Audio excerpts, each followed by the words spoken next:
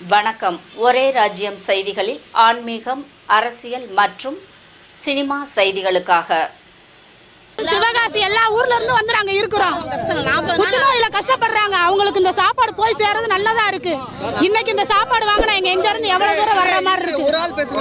இந்த சாப்பாடு வாங்க நாங்க எங்க இருந்து எவ்வளவு தூரம் வர வேண்டி இருக்கு. நாங்க சாப்பாட்டுக்காக காசு கொண்டு வருவோமா இல்ல பேஷண்ட்டுக்கு பாக்குறது காசு கொண்டு வருவோமா? போட்டு வர முடியாது. ஆமா சார், ரேட்டு கூட தான் சார். அம்மா உணவு செயல்படுது. ஆனா அம்மா உணவு சரி வர இல்ல சார். இல்ல சார், விருதுநகர் மாவட்டத்துல குடுக்கிற சாப்பாடு இங்க இல்ல சார். ஆமா, மாவா இருக்கு தோசை. பேஷண்ட்டுக்கு அதெல்லாம் வாங்கி கொடுக்க முடியாது. இங்க குடுக்கிற சோறை நாங்க நைட்டு கொடுத்தா கூட பேஷண்ட்டுக்கு நல்லா தான் இருக்கு. நல்லா பண்ணாங்க. 200 நாளா குடுக்குறாங்களா? நாங்க இதோட 2வது வட்டம் வந்துட்டோம். நல்லபடியா சாப்பாடு கொடுக்குறாங்க. அதையும் இப்பயும் நாங்க வந்து 10 நாள் ஆச்சு. 10 நாள் அந்த சாப்பாடு தான் வாங்கி நாங்க சாப்பிடுறோம். ஓகே, ஸ்டார் ஃப்ரெண்ட்ஸோட நிறுவனர் ஸ்டார் குரு. ஸோ நான் கடந்த 6 மாதங்களாக 170 நாட்களாக நம்ம அரசு ராஜாஜி மருத்துவமனையில் தினமும் 1000 பேருக்கு உணவு வழங்கி கொண்டிருக்கிறேன். ஸோ அதில் உணவும் தரமான உணவு அங்கே உள்ள நோயாளி மற்றும் பார்வையாளர்களுக்கு ரொம்ப பயனுள்ளதாகவும், அங்குள்ள பார்வையாளர்கள் நீங்கள் பார்த்தீங்கன்னா அவங்கக்கிட்ட ஒரு நாளைக்கு நம்மளுக்கு ஒரு 5000 பேர் 10,000 பேர் வர்றாங்க. ஸோ நம்மளால் முடிந்த அளவுக்கு ஒரு 500 பேர்லேருந்து ஒரு 1000 பேருக்கு நம்ம உணவு அவங்களுக்கு போய் அது ரொம்ப அவங்களுக்கு பயனுள்ளதாக இருக்கிறது. அவ்வளோ நான் டெய்லி ரிவ்யூ கேட்டுக்கிட்டே தான் இருக்கேன் மக்கள்கிட்ட. இந்த உணவு உங்களுக்கு எப்படி பயனளிக்கிறது அப்படின்னு. சார், எங்ககிட்ட ஒரு 50 ரூபா கூட இல்லை, நீங்கள் கொடுக்குற உணவு ரொம்ப பயனுள்ளதாக இருக்கிறது. இது வரைக்கும் நாங்கள் எங்களுடைய ஃபுட்டு பார்த்தீங்கன்னா அந்த ஆஸ்பத்திரியில் ஒரு சில்வர் பேப்பரில் கூட நாங்கள் கொடுக்குறதில்ல. அதாவது கண்டெய்னர் பாக்ஸு, இந்த மாதிரி பாக்ஸில் தான் நாங்கள் உணவு கொடுக்குறோம். ஏன்னா இது அவங்களுக்கும் மாத்திரை போடுறதுக்கோ இதை தூர போடுறதுக்கோ எந்த இதுவும் இருக்கக்கூடாதுன்றதுக்காக, ஆஸ்பத்திரி அசுத்தப்படுத்தக்கூடாதுன்றதுக்காக இந்த இதில் நாங்கள் உணவு வழங்கிக்கிட்டு இருக்கோம். 175வது நாள் நாளையோட இன்று 174வது நாள் இதே கண்டெய்னரில் தான் நாங்கள் ஃபுட்டு வழங்கி கொண்டிருக்கிறோம். ஸோ திடீர்னு என்ன காரணம் தெரியவில்லை. இன்றைக்கி மதுரை அரசு ராஜாஜி மருத்துவமனை டீன் அவர்கள் எங்களை கூப்பிட்டு இன்று முதல் நீங்கள் உணவு வழங்கக்கூடாது என்று சொன்னார்கள். காரணம் என்னன்னு கேட்டால் மாவட்ட ஆட்சியரிடம் நீங்கள் கேட்டு தெரிந்து கொள்ளுங்கள் அப்படின்னு சொல்லிட்டாங்க. இருந்து நான் மாவட்ட ஆட்சியரிடம் போய் இன்றைக்கி மதியம் போய் அவர்களை சந்தித்தேன். ஸோ அவர்கள் மேற்கொள்ளும் சில பிரச்சனைகள் உள்ள அங்கே சில மீட்டிங் ப்ராப்ளம்னால அந்த வளாகத்துக்குள்ளே இப்போ உங்களுக்கு அனுமதிக்க முடியாது. நீங்கள் வேணால் வெளியில் எங்கேயாவது ஒரு இடத்துல உணவு வழங்கிக்கோங்க, நீங்கள் உங்கள் சர்வீஸை நாங்கள் ஸ்டாப் பண்ணல, வெளியே நீங்கள் உணவு வழங்கிக்கலாம் அப்படின்னு சொன்னாங்க. ஸோ வெளியில் எனக்கு உணவு கொடுக்குற பற்றி ப்ராப்ளம் கிடையாது. ஸோ வெளியில் உணவு கொடுத்தோம்னா அது வந்து நோயாளி பார்வையாளர்களுக்கு பயனடையுமான்னு தெரியவில்லை. ஸோ லாண்டர் ப்ராப்ளம் வரும், கூட்ட பிரச்சனைகளை கண்ட்ரோல் பண்ண முடியாது, ஆம்புலன்ஸுக்கு ரொம்ப இடையூறாக இருக்கும். அதனால் வெளியில் ஃபுட்டு வழங்குறது ரொம்ப சாதாரண விஷயம் இல்லை, அது ரொம்ப காம்ப்ளிகேட்டான விஷயம். ஒரு நாள் கூட அது உணவு கொடுக்க முடியாது சார்.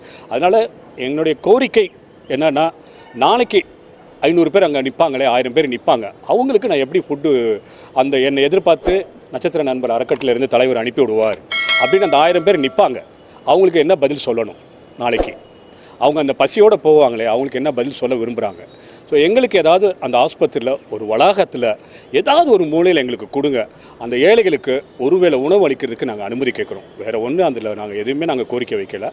எந்தாவது ஆஸ்பத்திரியில் ஒரு வளாகத்தில் எங்களுக்கு ஒரு இடத்த கொடுத்தாங்கன்னா, ராஜாஜி மருத்துவமனையில் கொடுக்குறதுக்கு எது முன் அனுமதி எது மருத்துவரோட எங்களுக்கு டீன் ரத்னவேல் சார் அவர்களிடமும் மாவட்ட ஆட்சியரிடமிருந்து அனுமதி வாங்கி ரத்னவேல் சார் எங்களிடம் லெட்டர் எழுதி அவர் கையெழுத்து போட்டு மார்ச் 8ஆம் தேதி அன்று அவர் கையெழுத்திட்டார். அதிலிருந்து நாங்கள் அவரும் கலந்து கொண்டார். இப்போ 180வது நாள் மிஸ்டர் தர்மராஜ் டீன் அவரும் இந்த இதில் எங்கள்கிட்ட கலந்து கொண்டு எங்களை வெகுவாக பாராட்டினார். இந்த மாதிரி யாருமே செய்யலை, நீங்கள் ரொம்ப பாராட்டிருக்கீங்கன்னு அவரும் பாராட்டினார். ஸோ ஆனால் என்ன காரணம் தெரியல, திடீர்னு இன்று நிறுத்தப்பட்டவுடைய விஷயத்தை எங்களுக்கு காரணம் முன்னறிவிப்பு இல்லாமல் நிறுத்தி விட்டார்கள். இது குறித்து மருத்துவமனை டீன் எது கேட்டீங்களா? மதியானம் நான் இன்று 2 மணிக்கு டீனுக்கு திருப்பி போய் கேட்டேன். அவர் கேட்டதற்கு நீங்கள் கலெக்டரிடம் லெட்டர் வாங்கிட்டு வாங்க, எங்களுக்கு பாதுகாப்பு பிரச்சனையாக இருக்குது. என்ன பாதுகாப்புன்ற, நாய் வருகிறது, இந்த மாதிரி சில விஷயங்கள் உள்ளே இருக்கிற ஆட்கள் இங்கே தூங்குறார்கள் அப்படின்னு சொன்னார்கள். சார், அந்த பாதுகாப்பு நீங்கள் பார்த்துருக்கோங்க சார். நாய் வரதுக்கு நான் நான்வெஜ் சாப்பாடு எதுவும் போடலை, ஒன்லி வெஜிடேரியன் ஃபுட்டு தான் நான் கொடுக்குறேன். ஸோ அதுக்கும் எங்களுக்கும் நாய்க்கும் எந்த சம்மந்தம் இல்லை. நாங்கள் இவ்வளவுக்கும் எங்களுடைய ஃபுட்டு கொடுக்குற இடத்துல 13 பேரை நாங்கள் வந்து பாதுகாப்புக்கு நாங்கள் நிப்பாட்டியிருக்கிறோம். டெய்லி எங்களுடைய ஆட்கள் 13 பேர் வரிசையை ஒழுங்குபடுத்தி நாங்கள் சாப்பாடு கொடுத்துட்டு இருக்கிறோம். ஸோ இது வரைக்கும் ஒரு சின்ன கம்ப்ளைண்ட் கூட நாங்கள் எங்களுக்கு மேலே அட்டன் பண்ணல. பப்ளிக்காக இருக்கட்டும், டாக்டராக இருக்கட்டும், எந்த ஒரு அலிகேஷன் எங்கள் மேலே வந்ததில்லை. பட் அதுக்குடைய காரணன்றது அவருக்கு சரியான விளக்கம் கொடுக்கல. உணவுல எதுவும் குறைபாடுகள் எந்த குறைபாடும் இல்லை. நாளை உள்ள மக்கள்கிட்ட நீங்கள் 1000 பேர் இருப்பார்கள், நீங்கள் கேட்டு தெரிந்து கொள்ளுங்கள்.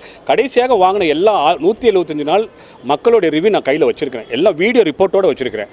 எல்லா பேருமே சொல்லியிருக்காங்க ரொம்ப பயனுள்ளதாக இருக்குன்னு தான் சொல்லியிருக்காங்க. 1,70,000 80,000 பேர் இதுவரை அங்கே மக்கள் சாப்பிட்ருக்குறாங்க.